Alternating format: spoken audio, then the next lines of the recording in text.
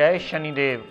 प्रिय दर्शकों, मैं राजेश जोशी आपका ज्योतिष जागृति केवल सत्य कार्यक्रम में आज फिर से स्वागत करता हूं। प्रिय दर्शकों, जैसा कि आप जानते हैं, हमारी चर्चा काफ़ी लग्नों में अब तक पहुंची है। ये हमारी कुंडली के इष्ट ग्रह को लेकर के कि हमारी कुंडली के इष्ट ग्रह कौन से हैं और कौन से हमारे इष्ट देव माने जाते हैं, जिनकी आराधना से हम जितनी भी चल रही अपनी खराब दशा हो उससे बचने में वो हमारा किया हुआ पाठ पूजन हमारे आराध्य देव का हमें लाभान्वित करता है और बचने का रास्ता भी अवश्य देता है। प्रिय दर्शकों, जैसा कि मैं आपको रोज़ याद दिलाता आया हूँ कि हमारा ये एपिसोड अगर आप यहाँ ना भी देख पाएँ तो YouTube पर जाकर डेली भी इसे देख सकते हैं। और हमारी कोशिश ये रहती है कि डेली का एपिसोड जो है वो शाम तक अपलोड कर दिया जाए, ताकि कभी बिजली की प्रॉब्लम की वजह से, कभी आपकी सैटेलाइट की प्रॉब्लम की वजह से, या सेटअप बॉक्स की या केबल की प्रॉब्लम की वजह से अगर आप ना देख पाएँ तो YouTube पर जाकर भी आप ये प्रोग्राम डेली हमारा वॉच कर सकते हैं और लाभान्वित हो सकते हैं। तो प्रिय दर्शकों, आज हम कल वाली श्रृंखला को कंटिन्यू करता हुआ मकर लगन की कुंडली में जो हमारे इष्ट देव बनते हैं, शुक्र देवता बनते हैं। शुक्र देवता के लिए आप ओम शुक्राय नमः का पाठ भी कर सकते हैं, आप वैभव लक्ष्मी माता का व्रत भी कर सकते हैं, आप संतोषी माता का व्रत भी कर सकते हैं, आप शीतला माता का व्रत भी कर सकते हैं, ताकि आपका शुक्र देव आपको प्रसन्न होकर आशीर्वाद दे और आपकी चल रही किसी भी किस्म की कोई भी खराब दशा आपको मददगार सिद्ध हो और आपको प्रॉब्लम से निकलने का रास्ता आपको अवश्य दे दे। कल तक हमने बात की थी शुक्र देवता। प्रिय दर्शकों, अगर 8वें भाव में पड़े हो तो क्या रिजल्ट देंगे, आज इसी श्रृंखला को कंटिन्यू करता हुआ आगे बात करते हैं। अगर शुक्र देवता 9वें भाव में पड़े हों, प्रिय दर्शकों, त्रिकोण का मालिक त्रिकोण में आ गया, लेकिन यहाँ एक बहुत बड़ी गड़बड़ ये हो गई कि कन्या राशि में शुक्र देवता को नीच का माना जाता है। अगर शुक्रदेव 6 नंबर राशि में आपकी कुंडली में कहीं भी पड़े होंगे तो उन्हें नीच का कंसीडर किया जाएगा और वो अपनी दशा अंतरदशा में आपको पूर्णतः खराब रिजल्ट ही देते मिलेंगे। यहां 9वें भाव में पड़े हुए शुक्र देवता जब भी अपनी दशांतरा में आएंगे, पिता से मनमुटाव होगा, कामकाज में ऑब्स्टेकल्स होंगी, जातक धर्म को नहीं मानने वाला होगा, जातक की हेल्थ में भी छोटी मोटी प्रॉब्लम होगी, संतान को भी कष्ट होने का योग बनता है, संतान से भी कष्ट होने का योग बनता है, स्टमक में प्रॉब्लम आने का योग बनता है, लव रोमांस में नाकामयाबी का योग बनता है और सारी कॉन्फिडेंस लेवल में भी जातक डिप्रेशन तक में जाने की स्टेज में भी अक्सर आ जाता है, क्योंकि पंचमेश भी है और यहाँ 9वें भाव में बैठने से सदैव 9वें भाव को खराब करता ही मिलता है। यहाँ से शुक्रदेव ने जितनी दृष्टि तीसरे भाव पर डाली तो छोटे भाई बहन से क्लेश, छोटी मोटी यात्राएं होंगी तो वो पूर्णतः लाभान्वित कभी नहीं होती। तीसरे भाव पर डाली हुई शुक्र देवता की दृष्टि अगर यात्राएं करवाती है तो उसमें सदैव दिक्कत परेशानी रखती है और मेहनत का फल पूर्णतः कभी देने वाली बनती ही नहीं। और यहाँ फिर वही पुराना बात, अगर आपको समझाते हुए किसी ने कह दिया कि पंचमेश शुक्र है, आप उसको पहन लीजिए, आपका तो यह बलहीन हो गया, तो नीचता का ग्रह बलहीन नहीं होता, नीचता में गया हुआ ग्रह अशुभ फलकारी होता है। बहुत सारे विद्वान वैसे भी इस बात को समझने लगे हैं कि 6, 8, 12 में गया हुआ ग्रह या नीच अवस्था का ग्रह हो तो वो सदैव अपनी दशांतरा में आपको अशुभता के फल देता मिलेगा। तो यहाँ 9वें भाव संबंधी भी पूर्ण अशुभता के रिजल्ट मिलेंगे। यहाँ से जितनी दृष्टि तीसरे भाव पर डाली तो तीसरे भाव संबंधी भी आपको पूर्णतः अशुभता के ही रिजल्ट शुक्र की दशांतरा में मिलेंगे। दर्शकों, अगर शुक्रदेव 10वें भाव में प्लेस्ड हो, 10वें भाव में प्लेस्ड होने से वो मालव्य नाम का एक पंच महापुरुष योग बना देते हैं और पंच महापुरुष योग के रिजल्ट वो उतने प्रतिशत ही देगा जितना शुक्र में डिग्री वाइज अंश मात्र बलाबल होगा। अगर उसमें अंश मात्र बलाबल में कमी होगी तो उतने ही राजयोग में आपके कमी आ जाएगी, उतने प्रतिशत वो रिजल्ट देने में सक्षम नहीं होगा। तो 10वें भाव में पड़ा हुआ अगर डिग्री वाइज बलाबल हुआ तो मालव्य नाम का पंच महापुरुष योग शुक्र की दशांतरा में कामकाज में बढ़ोतरी करेगा, कामकाज का नया रास्ता खोलेगा। कामकाज अगर जातक शुक्र से जुड़ा हुआ करता है तो उसे लाभान्वित भी वो अवश्य करवाता है। शुक्र देवता का पूर्ण एडवांटेज उस जातक को सदैव मिलता है और जातक कर्मशील होता है, जातक करने वाला होता है कर्म। और हम अक्सर रिकमेंड करते हैं कि आप शुक्र से जुड़ा हुआ कोई भी काम करें ताकि आपको इस फील्ड में पूर्णतः नेम फेम लाभ सब कुछ मिल सके। यहां से शुक्रदेव ने जितनी दृष्टि चौथे भाव पर डाली तो माता, गाड़ी, भूमि, वाहन, मकान सब सुख सुविधाओं से संपन्न करके जातक को घर, गाड़ी, भूमि, वाहन लेने में मददगार जरूर सिद्ध होता है। अगर जातक का मकान बनने वाला हुआ, गाड़ी लेने वाली हुई, माता से बहुत ज्यादा उस जातक का लगाव होता है, तो इन सब चीजों में शुक्र देवता के चौथे भाव पर जो 7वीं दृष्टि डाली, तो चौथे भाव संबंधी भी पूर्णतः लाभान्वित करते मिलते हैं यही शुक्र देवता। दर्शकों, अगर शुक्रदेव 11वें भाव में पड़े हुए, अगर उनमें कहीं ना कहीं डिग्री वाइज बलाबल हुआ, तो उस जातक को बहुत अच्छी राइजिंग अपनी दशांतरा में अवश्य देते हैं। यहां पर पड़े हुए शुक्र देवता बड़े भाई बहन से पूर्ण सपोर्ट मिलती है, जातक को बड़े भाई से पूर्ण लाभ मिलता है। हेल्थ की छोटी मोटी प्रॉब्लम हो तो चली अवश्य जाती है।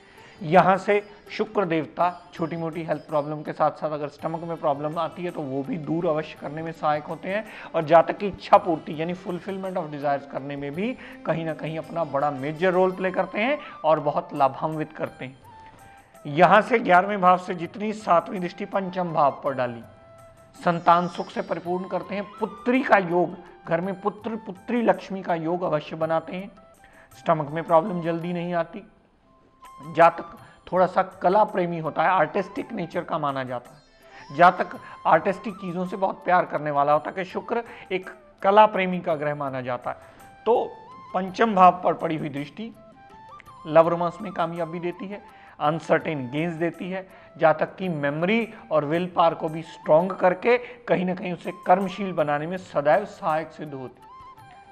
दर्शकों, अगर शुक्रदेव 12वें भाव में पड़े हुए, हालांकि 12वां भाव भी शुक्रदेव का कारक भाव ही गिना जाता है, लेकिन अगर थोड़े से भी पाप प्रभाव में हुए तो 12वें भाव में आए हुए शुक्र देवता आपको कष्टकारी स्थितियां ही खड़ी करते मिलते हैं।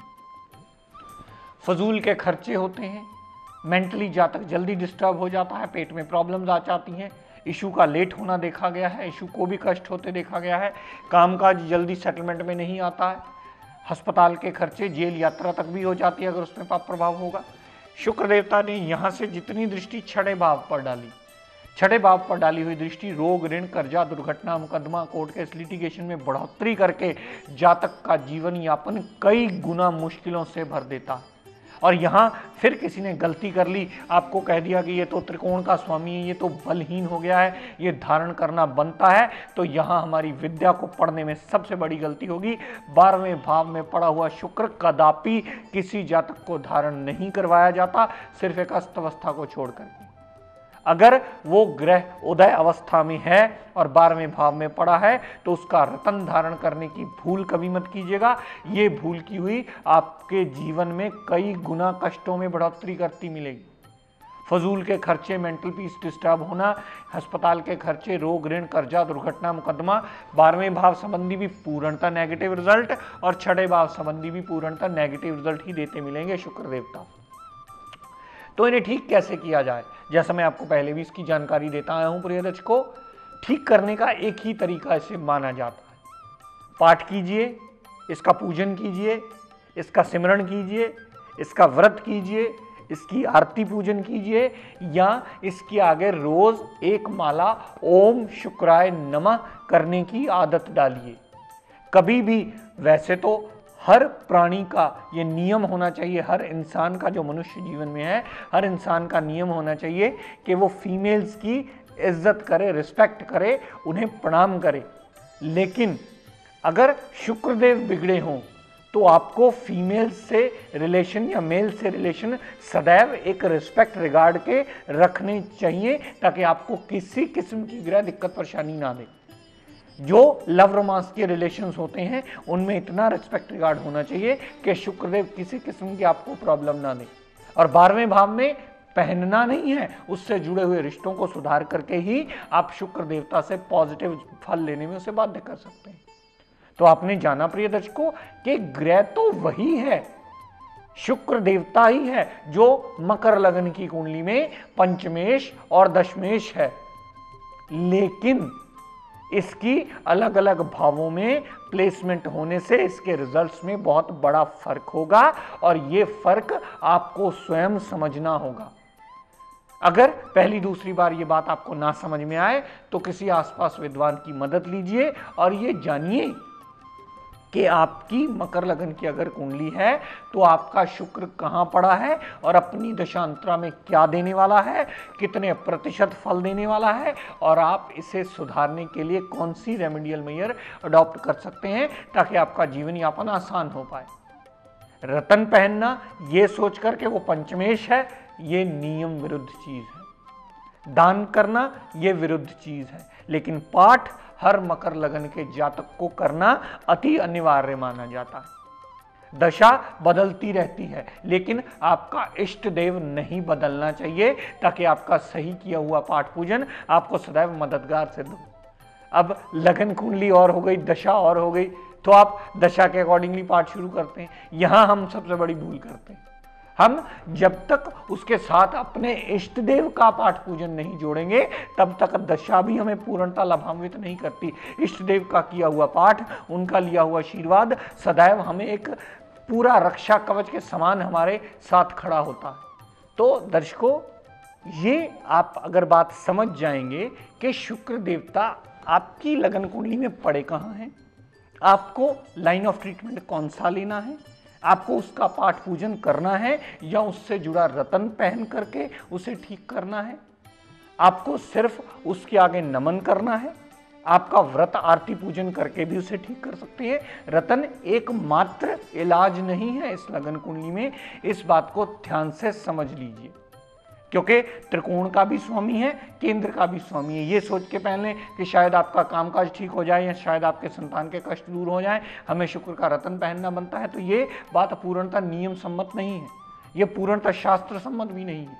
इसलिए नहीं है क्योंकि शुक्र देवता की प्लेसमेंट ये डिसाइड करेगी कि अब आप इसे कैसे ठीक कर सकते हैं।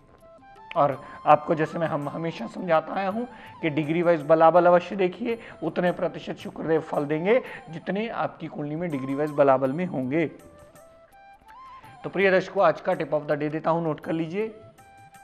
आप में से बहुत सारे लोग जो मिलने आते हैं, कुंडलियां दिखाते हैं, तो मैंने अक्सर ये बताया कि ज़्यादातर प्रॉब्लम कहीं ना कहीं शनि राहु केतु से ही जुड़ी होती है। शनि की दशा चल रही होती है, 7.5 चल रही होती है, ढैया चल रहा होता है, राहु की दशा, केतु की दशा ऐसे बुरे प्रभाव में चल रही होती है, जिसकी वजह से ज़िंदगी में हमारी ऑब्स्टेकल्स नॉर्मल से ज़्यादा बढ़ जाती हैं।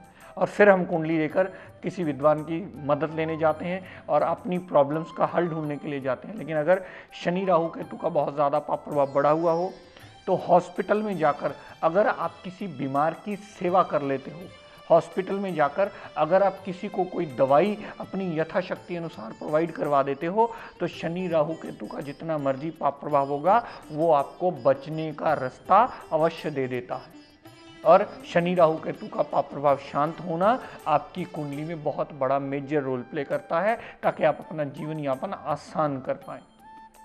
तो प्रिय दर्शकों, आज ये बात ध्यान से विस्तार पूर्वक समझ लीजिए कि कुंडली में ग्रह की प्लेसमेंट मैटर करती है और उसके अकॉर्डिंगली ही उसके बाद उसके हल ढूंढे जाते हैं।